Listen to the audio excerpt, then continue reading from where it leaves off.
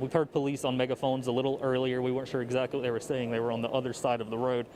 But as of right now, we still have a certain amount of protesters, not nearly as many as we had when we started on Marion Square, but they're still saying some are actually leaving and heading back down Archdale Street. As of right now, it's nothing but really some gravel and some wood, but the city voted to make it a green space. As warm weather approaches and people start to plan their first trips to the beach of 2021, one nagging question remains. What will the parking situation look like? Yeah, Dean, like you said a little earlier, this statue was standing for over 120 years, and it came down just a few moments ago for the first time since then. It's moving over here now to these trucks. We just saw a forklift go over. We can't quite see it because of the trucks. We believe it either has or will pick up the statue and move it onto the back of one of these flatbed trucks. Good morning, Bill. We are here at the bus drop-off right now. We've already seen a few hundred people come by. There's still dozens of buses dropping people off, but we're going to catch up here with Logan. He's from Charlotte. He said he's here. He's excited for the race. He wants to tell us a little bit about what he did to train for it. Tell us about what your process was to get ready for something like this, Logan. The fight over parking on the Isle of Palms took to the courtroom today, but the judge there said, as long as COVID-19's happening, it's their city, their rules. Here it is. The Brazil. It's a 1,200-foot long, 217-foot tall monster that drinks 100 tons of fuel a day. There's never been a cargo ship larger than it to dock on the East Coast. Yeah, Leah, Brody, while you're sitting over there on Marion Square at the finish line, I'm going to give you a quick update of what's going on here, where this race started. Right now, we're going to give you a shot, a look here of Coleman Boulevard. About an hour and a half ago, there were 25,000 people or so standing on this street. Right now, you would have no idea that happened. That's how quickly this cleanup process is happening. That's Mount Pleasant Public Services that has been working to clean up these roads. They're absolutely spotless. We're actually seeing some fences coming down here. We're seeing some of these bolts that I have in my hand that you can see. They're coming around undoing these so they can take these fences down. Now, you know, as I'm out here looking at the beach, I've been really jealous of all these people watching out here. So I think while I'm here and you're stuck in the studio, I'm going to sit in my beach chair and enjoy myself, Angela.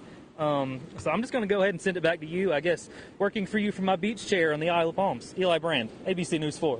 Well, Dean, the room's empty right now, as you can see behind me, but I promise you, just a few hours ago, you saw the video, you saw the scenes. This place was wide open, and it was loud. What they were mainly complaining about was a potential mask mandate that the city of Charleston was going to talk about. It eventually got so bad that the mayor himself, John Tecklenburg, had to step in to try and calm the crowd about a mask mandate that eventually did not even pass.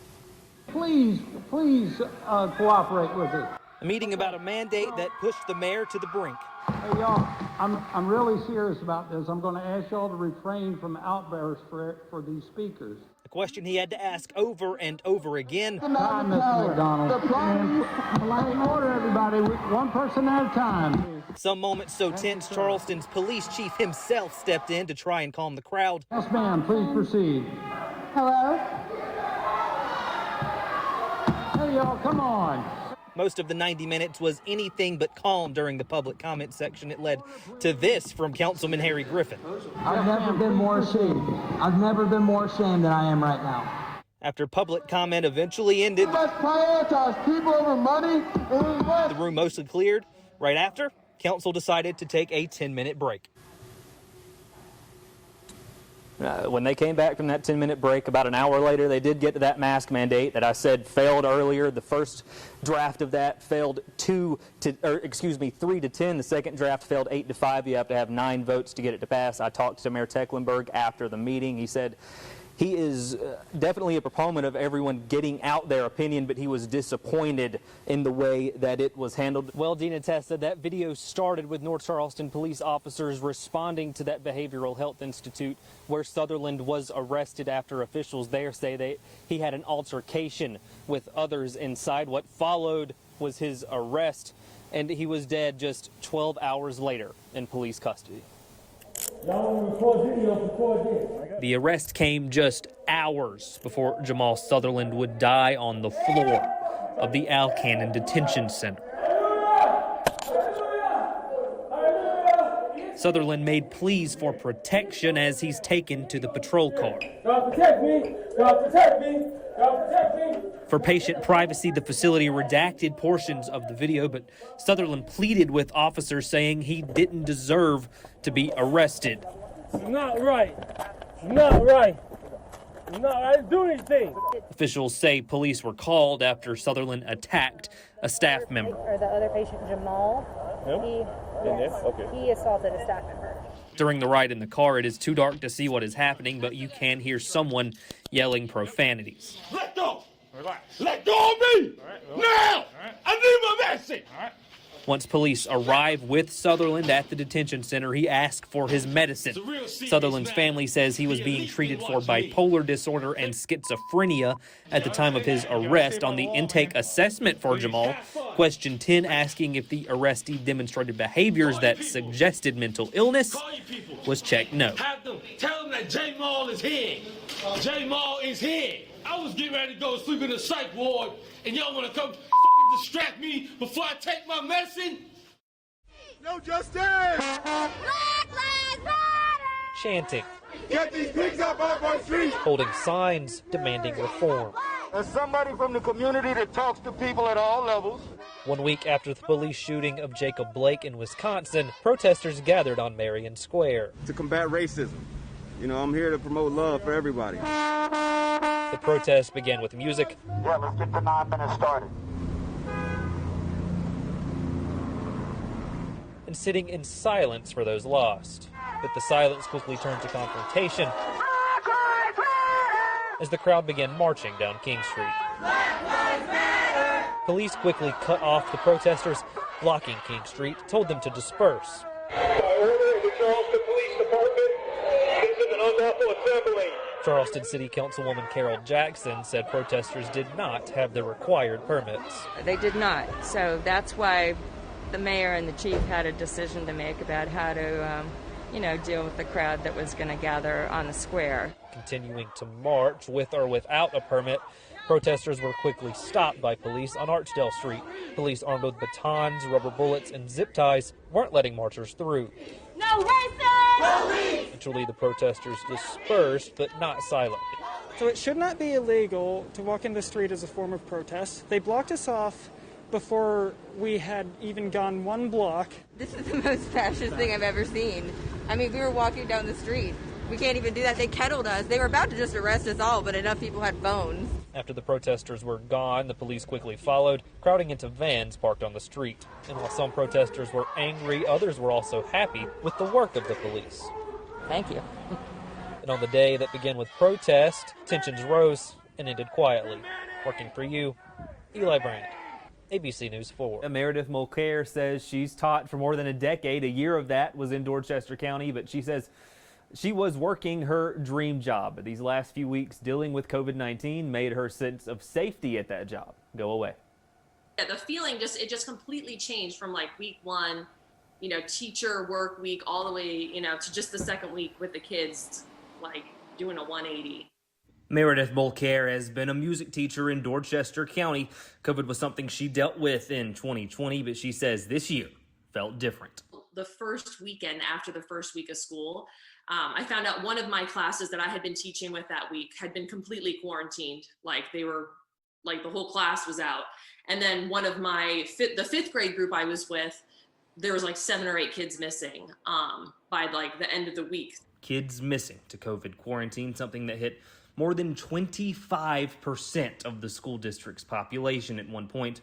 Mulcair says that's something she never saw a year ago when more safety precautions were in place. Another thing she says she feels less safe about is her pregnancy. I was pregnant last year in the spring as well. So I knew, from, pretty much the whole spring that I knew I was pregnant. I felt comfortable. This fall, I did not. And so that did play a huge role in me deciding to resign. And I think as quickly as I did, because I had the vaccine. I've been vaccinated. I've had COVID, but there's just no guarantees. No guarantee that her 7-month pregnancy would be protected from the virus, but there is one thing she says may have kept her in the job. I think if they would have had masks and the same thing as last year, I would still be teaching there. Mulcair says the mask is something she understands can't be enforced due to state law, but it's something she believes would help. The DD2 school board has asked the General Assembly to once again allow them to have that power, but until then, Mulcair says other teachers may be stuck in a tough position. I know there's other teachers who are in other situations with people people they're taking care of or their own body. I feel lucky that I'm able to stay home right now, where I know there's other teachers that are very concerned and are not able to leave. Reporting, I'm Eli Brand. 2 missing people in the water in the vicinity of Drum Island. Jogged down and saw him, and upon being within 10 feet of him, it was pretty evident that he'd been in for a few days. So at that point, I was kind of like, I don't want to touch him. Absolutely. I don't know what the circumstances are. Witnesses say it was a boating trip that set sail from Red's Ice House on Shem Creek. Elijah Weatherspoon's case captured a lot of attention across the Low Country after it was revealed he was the only black person on the boat he fell off of. 2 petitions with more than 100,000 signatures called for a probe into his death. No.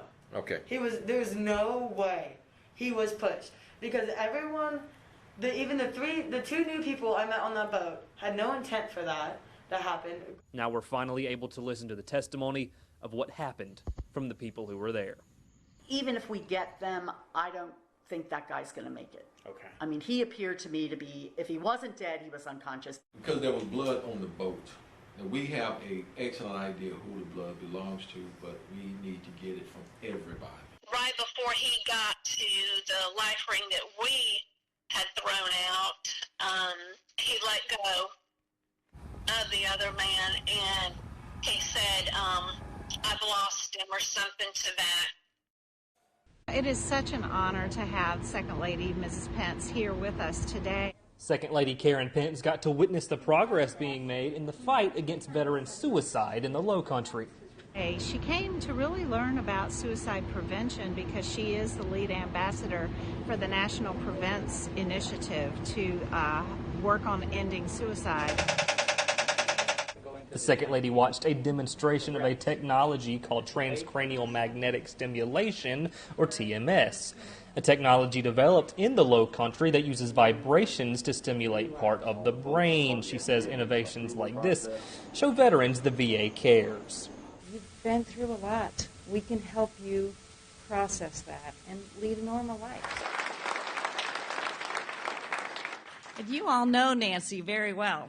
Ms. Pence then moved to a luncheon in support of congressional candidate Nancy Mace. Her husband, Vice President Mike Pence, was here in July. Probably top 2 or 3 seats in the nation that Republicans are targeting to win back. So you're going to see a lot of investment from Republicans nationally in this seat. With just 62 days until the general election, the Mace campaign says you should look out for more big names. We'll make America great again, again. Thank you. God bless you all. Working for you, Eli Brand, ABC News 4.